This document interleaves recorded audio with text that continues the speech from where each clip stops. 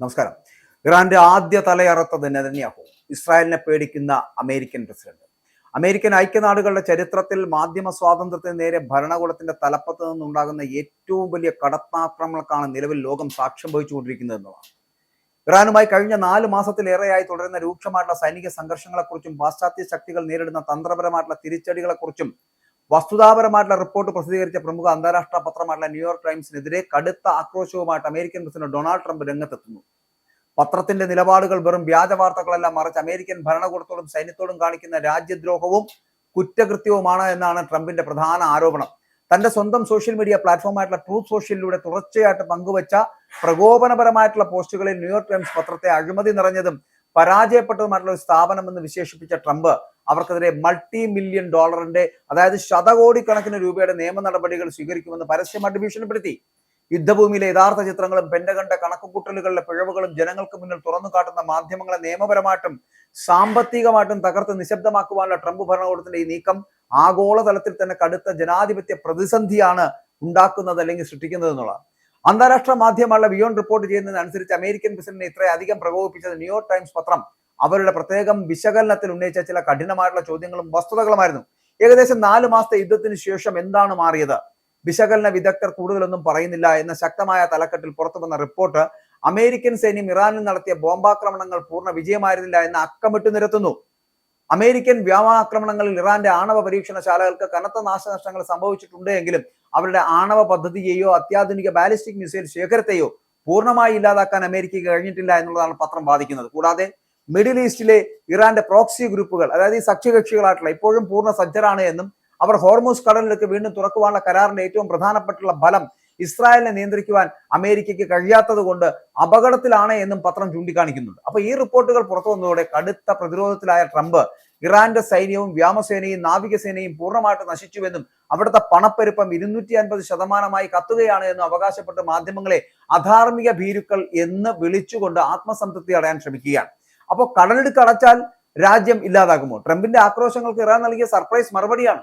അപ്പോൾ New York times തങ്ങളുടെ ആഴത്തിലുള്ള റിപ്പോർട്ടിങ്ങിനായിട്ട് ലോക പ്രശസ്തമായിട്ടുള്ള മാസാച്യൂസെറ്റ്സ് ഇൻസ്റ്റിറ്റ്യൂട്ട് ഓഫ് ടെക്നോളജിയിലെ പ്രൊഫസറും പേർഷ്യൻ ഗൾഫ് സുരക്ഷാ കാര്യങ്ങളിൽ അന്താരാഷ്ട്ര വിദഗ്ധയുമായിട്ടുള്ള കെയ്ലിറ്റിൻ ടാൽമാഡ്ജിനെ ഉദ്ധരിച്ചുകൊണ്ട് ട്രംപിനെ കൂടുതൽ ചൊടിപ്പിക്കുകയും ചെയ്തു. അതായത് യുണൈറ്റഡ് സ്റ്റേറ്റ്സ് തനിക്ക് കടിച്ചെടുക്കാൻ കഴിയുന്നതിനേക്കാൾ കൂടുതൽ വലിയൊരു കടിയാണ് ഇറാനിൽ കടിച്ചു കീറിയത് എന്ന പ്രൊഫസർ ടാൽമാഡ്ജിന്റെ നിരീക്ഷണം അത് അമേരിക്കയുടെ ആഗോള മേധാവിത്വത്തിന്റെ അഹങ്കാരത്തിനേറ്റ കനത്ത പ്രഹരമായിരുന്നു. അപ്പൊ ഇറാന്റെ സൈനിക ശക്തിയെ വളരെ നിസ്സാരമായി കണ്ട് യുദ്ധത്തിലേക്ക് ചാടി വീണ ട്രംപ് ഭരണകൂടത്തിന് ഇന്ന് യുദ്ധം അവസാനിപ്പിക്കുവാനും പ്രത്യാഘാതങ്ങൾ നേരിടാനും കഴിയാത്ത വിധം മിഡിൽ ഈസ്റ്റിലെ പ്രതിരോധ വലയത്തിൽ കുടുങ്ങിക്കിടക്കുകയാണ് എന്നുള്ളതാണ്.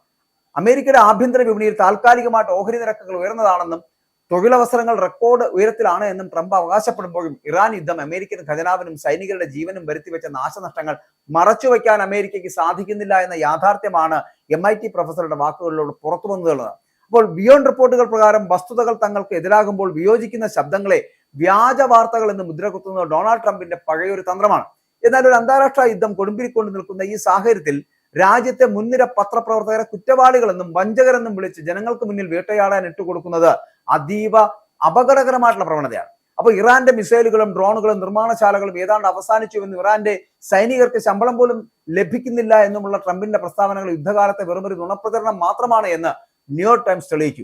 അപ്പോൾ സ്വിറ്റ്സർലൻഡിലെ ഈ അമേരിക്കയും ഇറാനും തമ്മിൽ നയതന്ത്ര ചർച്ചകൾ നടക്കുമ്പോൾ പോലും അമേരിക്ക തങ്ങളുടെ ആഭ്യന്തര രാഷ്ട്രീയ നേട്ടങ്ങൾക്കായിട്ട് യുദ്ധം ജയിച്ചു എന്ന വ്യാജ പ്രതീതി സൃഷ്ടിക്കുവാൻ ശ്രമിക്കുകയാണ്.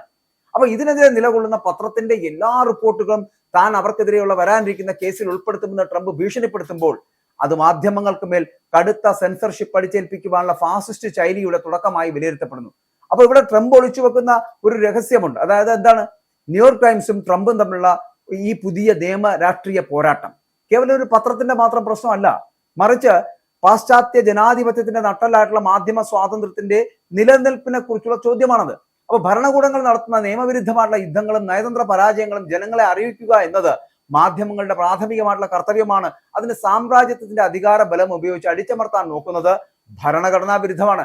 അപ്പോൾ ട്രംപിന്റെ ഈ $multi-billion കേസ് ഭീഷണികൾക്ക് മുന്നിൽ വഴങ്ങാൻ അമേരിക്കയിലെ പ്രമുഖ മാധ്യമങ്ങൾ തയ്യാറല്ലെന്ന് മാത്രമല്ല, ഇറാന്റെ വിധി നിർണ്ണയിക്കുന്ന വരാനിരിക്കുന്ന ആണവ ചർച്ചകളെക്കുറിച്ചും ഇസ്രായേലിനെ നിയന്ത്രിക്കാൻ അമേരിക്കയ്ക്ക് കഴിയാത്തതിനെ കുറിച്ചും കൂടുതൽ ഞെട്ടിക്കുന്ന വിവരങ്ങൾ പുറത്തുവിടാനാണ് അവർ തയ്യാറെടുക്കുന്നത്. അപ്പോൾ സാമ്രാജ്യത്വ ശക്തികൾ അല്ലെങ്കിൽ അവരുടെ താല്പര്യങ്ങൾ സംരക്ഷിക്കാൻ വേണ്ടിയിട്ട് സത്യം മൂടിവെക്കാൻ ശ്രമിക്കുന്ന ഒരു ഭരണാധികാരിക്കെതിരെ പേനയെ ആയുധമാക്കി പൊരുതുന്ന മാധ്യമ ലോകത്തിന്റെ ധീരമായിട്ടുള്ള നിലപാടുകൾ വരും ദിവസങ്ങളിൽ ലോകരാഷ്ട്രീയത്തിന്റെ ഗതി മാറ്റി എഴുതുമെന്ന് ഉറപ്പാണ്.